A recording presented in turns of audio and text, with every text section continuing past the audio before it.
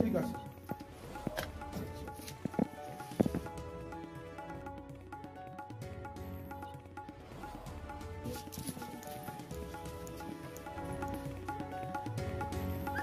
তুমি এখানটা এসো।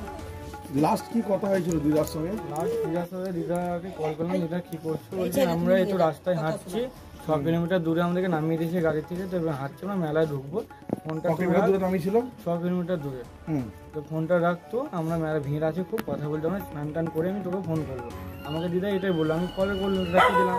তারপরে আমি আবার 1 ঘন্টা পর ফোন করেছিলাম, তো আর ফোনের দিদাকে সেখান থেকে পাওয়া যায়নি, তখন থেকে ফোন সুইচ অফ হয়েছে। রাত 8টার সময় লাস্ট ফোন হয়েছিল, সোমবার 7টা থেকে 8টার মধ্যে। কি বলেছিল তখন? আমাকে দিদা এটাই বললাম, আমি বললাম কী করছি দিদা, ওই রাস্তায় হাঁটছি এখন, 6 কিলোমিটার ধরে নামিয়ে দিয়েছি, এবার মেলা ঢুকবো, ভিড় আছে খুব, পরে ফোন করে স্নান টান করা হলো, এটাই বলেছিল, আমাকে আর কিছু বলেনি।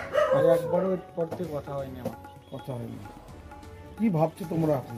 এটাই ভাবছি, কোনো খোঁজ পাচ্ছি না, যেন খোঁজটা পাই, এখন বেঁচে আছে না মরে গেছে তাও জানি না, কোনো খবর কোনো কিছু কোনো জায়গাতে কোনো খবর পাওয়া যাচ্ছে না। এবার আজকে নিয়ে 2 দিন 3 দিন হতে এলো, আমরা এখনো অবধি কোনো খবর পাইনি। তোমার যারা সঙ্গে গেছিল তাদের সঙ্গে যোগাযোগ করেছিলে? তাদেরকে যোগাযোগ করেছি, তারা একটাই কথা বলছে যে আমরা জানি না, আমরা তোমার দিদাকে দেখিনি। শুধু একজন আমাকে ওখানে বললো যে তোমার দিদাকে মনে হয় হাসপাতালে আছে, হয়তো মারা গেছে, এটাই শুনেছি, আর কিছু শুনতে পারিনি, কেউ কিছু বলে না, সব বলছে একই কথা, আমরা জানি না।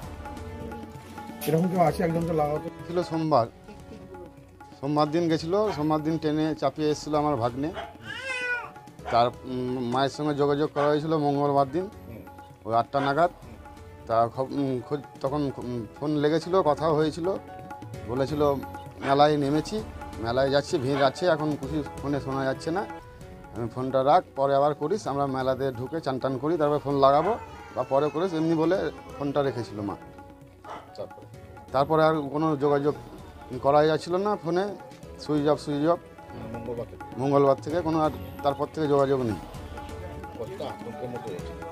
আতঙ্ক তো আছি, এখন মা আছে বেঁচে না মেলাতে আছে, বা মায়ের কোনো খোঁজ খবর কিছুই পাচ্ছে না। হ্যাঁ, আতঙ্ক তো আছি, যেন মা ঠিকভাবে ফিরে আসে, এটাই চাইছি। আর মা মেলা গেছিল, কুম্ভ মেলা,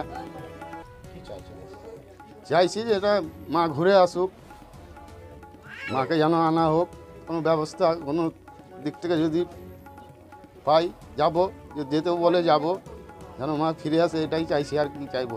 বাড়ির সব শোনার পর থেকে তো আর কেউ ঠিক থাকছে না, কাঁদছে, খাওয়া দাওয়া নাই ঠিক মতো সেদিন থেকে। খবর নিয়েছি বলতে যারা গেছিলো তাদের সঙ্গে যোগাযোগ রেখেছি সবসময়, ফোন ধরছে, ফোন কেউ কথা বলছে, কেউ ধরেও না, ফোন লাগছেও না, এই হচ্ছে। তাদেরকে বলেওছি তোমরা থানায় জানাও বা ক্যাম্পে জানাও, তাও বলেছি, ওদেরকে অনুরোধ করেছি, এখন ওরা জানিয়েছে কিনা তাও বলতে পারছি না। এটাই। কি নাম? আমার নাম প্রতাপ দেব। আমার মা হচ্ছে। দিন গিয়েছিল, আমি রাতে চাপিয়ে দিয়েছি 8টার সময় ফারাক্কা স্টেশনে, এবং সেদিন কথা হয়েছে রাতে, তারপর দিন সকালেও কথা হয়েছে, কিন্তু মঙ্গলবার দিন 7টা অবধি কথা বলেছি, তারপরে যে আমি 1 ঘন্টা পর ফোন করেছি, তখন থেকে আর কোনো ফোনে পাইনি আমি।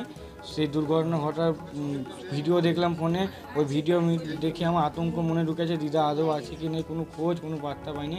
ওই মঙ্গলবার থেকে আমার কোনো মানে মাথা থেকে একটু টেনশন হটে না যে দিদা আদৌ বেঁচে আছে কি নেই, কোনো খোঁজ খবর পাওয়া যায়নি। ফোনের পর ফোন করে গিয়েছি, শুধু ফোন সুইচ অফই পেয়েছি, এখন অবধি একটু খোঁজ পাইনি। যোগাযোগ করেছি ওখানে যারা গিয়েছে সবাইকে যোগাযোগ করেছে, ওখানকার পুলিশদের সাথে মানে কথা বলা হয়েছে, কিন্তু কেউ খোঁজ দিতে পারেনি এখন। গায়ত্রী দেব, বয়স ওই 58 বছর। তোমার নাম? যিশু দাস, দিদা হয়। কবে গেছে? মানে সোমবার গেছে, তারপর থেকে চাপিয়ে দিয়ে এসছে, দিয়ে মঙ্গলবার থেকে আর খোঁজ পাচ্ছে না, ওইটুকুই জানি আমি।